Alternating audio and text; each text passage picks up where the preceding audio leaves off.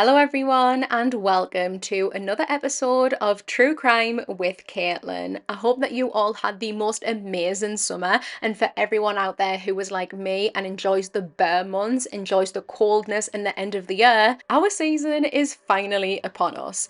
Before we delve into today's episode, I just want to quickly cover up some questions that I've been getting through me DMs and me comments on TikTok. A lot of people have been asking if I've gave up on the podcast, if I'm no longer releasing episodes, and the answer to both of those is no. I have absolutely not gave up on the podcast. In one of my other episodes, I did mention that I'm no longer posting on a schedule. That is because doing all of the work with the podcast and TikTok and everything else that I do can be quite a lot, and it is just little old me doing everything, and so that can be quite difficult to squeeze everything in. So no, I am not giving up on the podcast, but I'm also not posting on a specific schedule. However, I am going to try and get more episodes out. I am aware that I didn't get any out over the summer holidays. So apologies for any of the confusion and for leaving yous waiting. I know that so many of yous enjoy the podcast, but we are back for another episode today, and this case is being one that I've been wanting to share with yous for the longest time. When we think about killers, everyone has an image in their head. Maybe it's of Richard Ramirez scarily flashing his teeth within a mugshot, or Brian Kohlberger with his cold, lifeless stare. But an image that not many people associate with murders and violence is that of the girl next door. A pretty teen with flowing, bouncy brown hair and sparkling green-blue eyes. But that is exactly the type of killer that we are discussing today. A young girl who committed the perfect murder. And by that, meaning that she was never considered a suspect because police and pathologists didn't even realise that there was a case to investigate. They didn't realise that the victim had in fact been murdered, and what's worse, by his own daughter. This is the murder of Stephen Robards.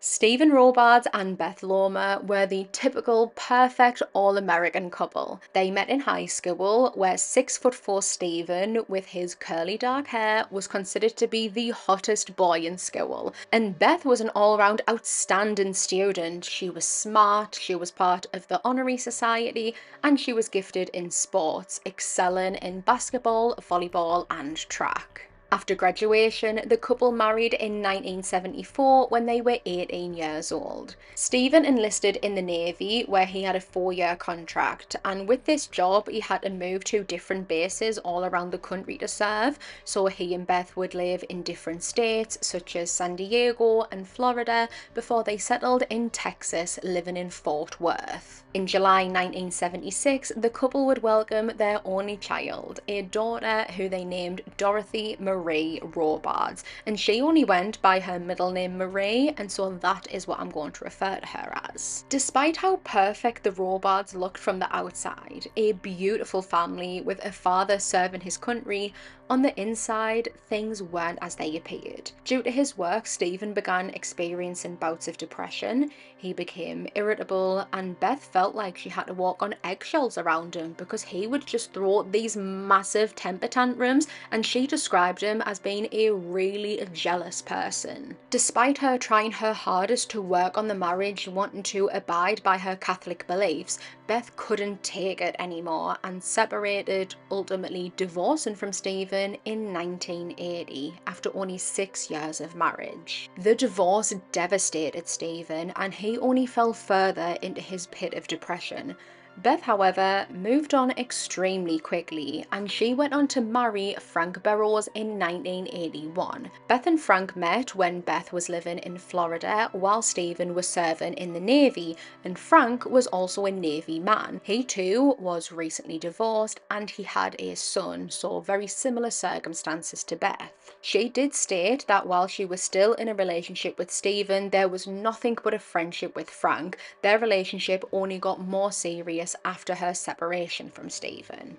Beth, Frank, and baby Marie would move to Granbury, Texas, about 45 minutes away from Fort Worth, where Frank secured a job within law enforcement. Frank took on Marie like a duck to water, raising her like his own, and they bonded really well, and she would even end up calling Frank Dad. Meanwhile, Stephen, back in Fort Worth, moved into a little one-bedroom apartment and would get to see Marie maybe once or twice a month. Marie grew up to become a delight of a little girl. She had her mother's brains, she was really smart, being able to write in cursive before even starting year one. When she began school, she got into music, playing the clarinet, she did dancing and art lessons, and all around she just seemed a joy to be around, a good girl who never got into any bother. Marie never wanted to be separated from Beth. She was almost dependent on her mother.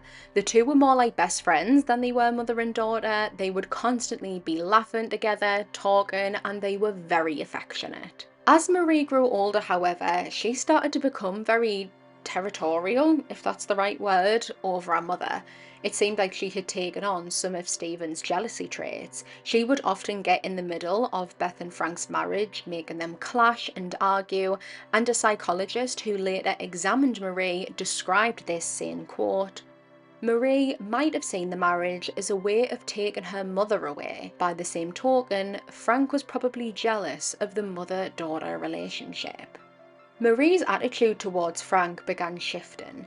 Something had changed or happened, and it was in 1992 that Marie made a shocking discovery. Marie Robards arrived home one day and heard strange sounds inside of their usually pretty quiet home.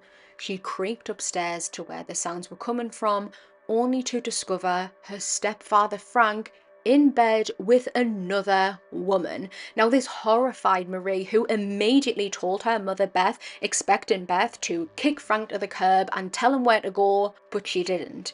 Shockingly and heartbreakingly, Beth blamed herself. She thought that she had been neglecting Frank because she was working so much as a nurse inside of the local hospital, and that, quote, he just didn't have his head on right. Beth's reaction absolutely floored Marie. She couldn't get over it, and maybe Beth was going to let it go, but she surely wasn't. All respect that Marie held for Frank went up in smoke. She wouldn't do as she was told, she became defiant, not listening to him, and this only caused more friction between Beth and Frank. Eventually, one day, Marie went to her mother and told her that she had to leave Frank. She had to divorce him, but when Beth refused, Marie told her, quote, I can't stand being in this house. I have to leave. And this decision, Marie leaving the family home, was the first domino to fall, which would end with a senseless murder.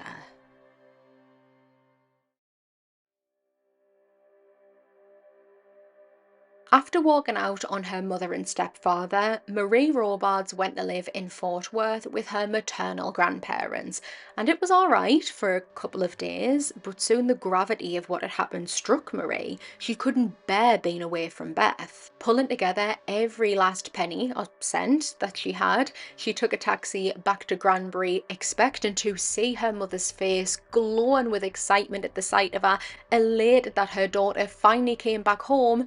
But that wasn't what happened. When Marie got back home, she was told that she had made her decision and she was out. Prior to all of this, Frank had made a very serious rule about if any of the children, Marie or his own son, moved out of the family home, under no circumstances would they be allowed to come back. He had actually already enforced this on his own son, who, like Marie, moved back in with his own mother after an argument with Frank and was refused when he came back at the door knocking. Heartbroken, feeling betrayed and desperate, Marie started to sob to Beth, shouting, begging to be allowed back home. This made such a scene that nosy neighbours came out for a neb. Beth tried to reason with Frank, who only shouted at her, telling them that they both knew the rules and they weren't about to be broken. She later recalled how she felt in that moment, saying, quote, "He was making sense, I know, but I felt like he was making me choose between him and her." Disappointingly, Beth sided with her husband. Now at first I thought, what on earth? How can you choose anyone over your own children? And that really struck home for me because I am a child whose mother has consistently throughout my entire life picked men and other things over me. So I understand what an impact that can have on someone, especially so young. But when I started thinking of reasons, I landed on Beth's faith. She was Catholic, where especially in the 80s and 90s, divorce was very much frowned on. She had already had one failed marriage, and would she have felt shame at a second one? Marie refused to go back to her grandparents' house, leaving Beth with, apparently, no other option than to ring Stephen to take Marie in. Now, Stephen and Marie, they didn't have the best bond. She didn't grow up with him and only sparsely had monthly visits. And she was a mum's girl through and through, so she wasn't pleased at this proposal. But I think that both she and Beth figured that Frank would come around eventually and change his mind, so Marie just had to be patient. Throughout the years since their separation, Stephen had been really working on himself and he was doing brilliantly. When Beth rang asking if he could take Marie in, he was absolutely overjoyed. He was medicated and managing his mental health, he was going to church, he worked as a postman, spending a lot of time outside in nature, which he absolutely loved, and he was in a stable relationship with a woman named Sandra, who was actually also a neighbour within his apartment block. So now, getting the chance to be there for Marie and a permanent fixture in her life, it was like the cherry on the cake for him. Stephen tried his best to accommodate for Marie and make her feel as comfortable as possible. He immediately registered for a bigger apartment so that she could have her own bedroom. He was still only living in a little one-bedroom flat, so Marie had to sleep on a sofa bed in the dining room. He would take his daughter out often to different restaurants and to the cinema and doing lots of fun things like that.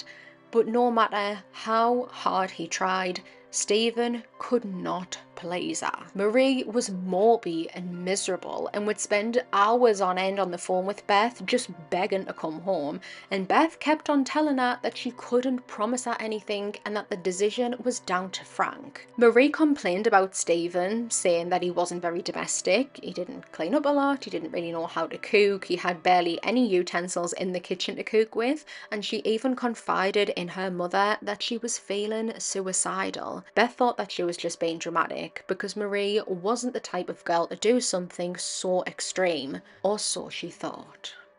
Marie was enrolled as a student at Eastern Hills High School, and after a few weeks she really finally began to settle. Other students would describe her as bubbly, she made friends easily, her grades were starting to improve, and so was her relationship with Stephen. But this was all a front for what was about to come. In early February 1993, during a science lesson, while the teacher was distracted, Marie would fish through different little bottles until she came across one detailed with a skull and had the word poison plastered in big, bold letters. She would empty some of the contents within the bottle onto a paper towel and secretly stuffed it inside of her bag. The poison that she stole could be found inside of things such as bleach and rat poison, and if ingested, especially in a large quantity, it could be lethal. On the evening of the 18th of February, 38-year-old Stephen was just on getting sorted before heading out to church when he realised that 16-year-old Marie had made him his tea, his evening meal. She had cooked him some Mexican food, and unbeknownst to Stephen, as he lashed back some of the refried beans, Marie had laced them with deadly poison. She actually only chose to cook Mexican because the bold flavours would mask the taste of the poison. After sitting Stephen and watching him eat the entire plate. They hugged before she waved him off to go to church. Halfway through the service, Stephen started to come over unwell, and by the time he got home, he felt horrendous and he was complaining of really intense stomach pains. Marie would go a couple of doors down to Sandra's apartment. Again, Sandra is Stephen's girlfriend, and told Sandra that her dad wasn't feeling well. When Sandra got into the apartment, immediately she could see that feeling unwell was the understatement of the year. She would find Stephen in bed, foaming at the mouth with glassy eyes and struggling to breathe. His arms and legs began to stiffen and he had no reaction to Sandra in the room. She quickly contacted emergency services, but by the time paramedics arrived, Stephen was already dead. They attempted what they could to revive him, trying to push an oxygen tube down his throat, but his throat had completely closed up. As the paramedics were attempting this, Marie appeared at the door and looked to be in a state of shock. Sandra pulled Marie into a tight hug, burying her face in her shoulder so that Marie didn't have to see her father's dead body. Stephen Robards would be taken for autopsy, and it was determined that he had died from a heart attack / cardiac arrest, natural causes and not suspicious. By the end of the evening, Marie got the outcome that she wanted. Beth and Frank raced to the hospital and whisked her back home. Marie had poisoned her father to get him out of the picture so that Beth had no other choice but to take her back. Days after Stephen Robards' funeral, where Marie was described as being dazed, Beth decided that it was the perfect time to share some exciting news that she thought would cheer Marie up. She was finally leaving Frank, and this had been a plan in action for a short while now, but she didn't want to tell Marie anything until everything was finalised. But now it was happening. She managed to secure a job as an admin assistant out in Florida, and she and Marie were going to be together again, finally. Beth didn't get the reaction that she expected when she relayed this onto Marie. She was expecting her daughter to be jumping for joy, but instead her eyes went wide and she looked like she couldn't breathe. Unbeknownst to Beth, if she had told Marie that even just a week sooner, Stephen would still be alive. The women would move to Panama City, Florida, and Marie was having a very hard time. She fell into pits of depression that resembled what Stephen went through at the start of his and Beth's marriage. For days, Marie didn't leave the house or even bed for that matter. Beth had enrolled her in some counselling, which did little to help, and she just couldn't understand what was going on. Of course, she knew that Marie would be devastated and upset about Stephen's death, but she didn't think that Marie would react to this extent. Marie and Beth were only in Florida for around about 3 months when Frank came knocking.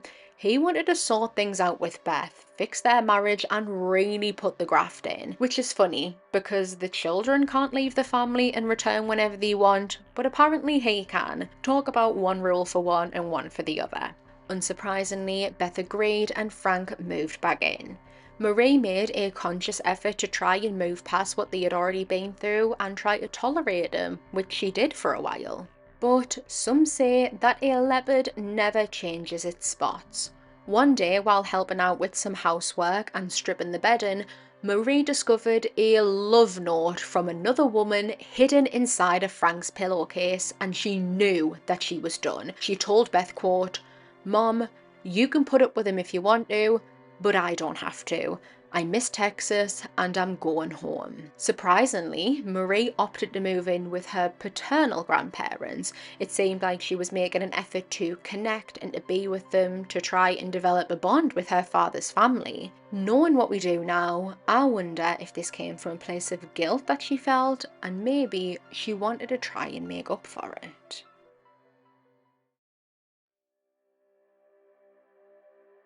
In January 1994, 17-year-old Marie Robards was attending high school in Mansfield, Fort Worth. Here, she was considered a perfect student. She got straight A's and seemed to have her head on straight. She came into school every day with not a hair out of place. She participated in sports such as volleyball, like what her mum used to do. She had a keen interest in journalism, and the teachers, as well as the students, all loved her. The two kind of what we would call them now it girls of the school were Marie Robards and her best friend Stacey High. One afternoon, the two girls were studying together. They were doing the play Hamlet by Shakespeare for their English lesson. Now, I never did Hamlet and I've never actually read it, even though I really want to now. So I briefly did have to look up the play, and it has themes of poisoning, revenge, and moral conflict. As the two girls were studying it, Marie really connected with a certain part of it, and when Stacey looked up to her after reading the passage, Marie was so white she was almost see-through, and she had begun uncontrollably shaking. Worried, Stacey asked her what was wrong, to which Marie responded, quote, "Stacey, do you think people can go through life without a conscience?" She sat on that question for a moment, looking at a very shaken Marie, and asked her what was wrong, what happened. Straight away, the first thing that came to her mind was, "Oh my God, Marie, are you pregnant?" "No." "Did you crash your grandparents' car?" "No." Before she jokingly said, quote, "Well, you didn't kill someone, did ya?" Marie gulped and glared at Stacey before she broke down sobbing, confessing to Stacey that she had killed someone. She had poisoned her own father. It took a little bit of time, but once she calmed down, she explained everything to Stacey and swore her best friend to secrecy. And Stacey, bless her, tried to keep this promise. She held this in by herself until the guilt started to eat her alive. She grew scared of Marie, but she couldn't show it because she knew what Marie was capable of and had already seen that she had gotten away with it. So she had to act natural.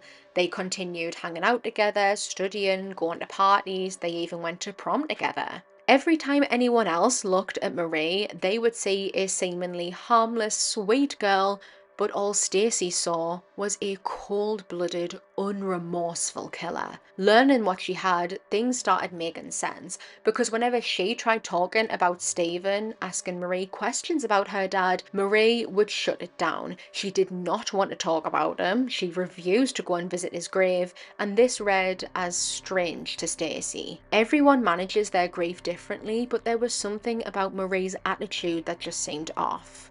After a couple of weeks of holding all of this in and playing the part, Stacey started having nightmares of being chased by Marie, but it was when Stephen started appearing in her dreams, calling for help from the grave, that she knew she couldn't hold it in any longer. She confided in her mum and a school counsellor, never naming Marie, before eventually going to the police with what she knew, and she did it in the nick of time.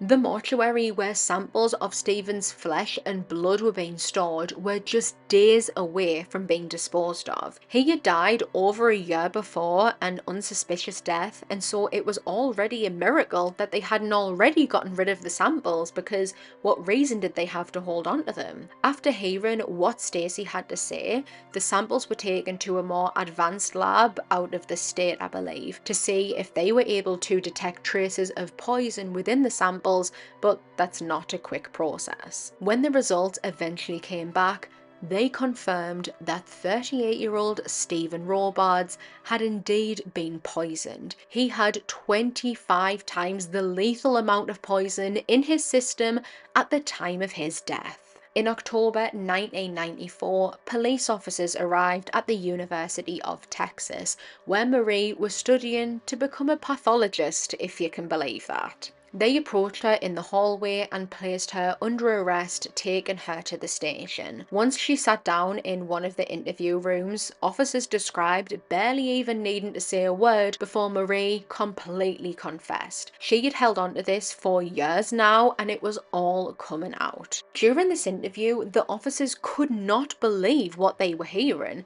They asked Marie several questions, such as, Was Stephen abusive? Did he ever hurt her? And each and every time, Marie said no. When asked why she did this, she responded, quote, "Because it was the only way I could go back home. I just wanted to be with my mom so bad that I would do anything to be with her." She later told the press that she didn't mean to or intentionally kill her father, that she just wanted to give him enough poison to make him too poorly to look after her so that Beth would have to take her back. At her trial, Marie Robards pled not guilty to the murder of her father, Stephen Robards, citing that she didn't mean to kill him. The prosecution, though, did not believe that for a single second.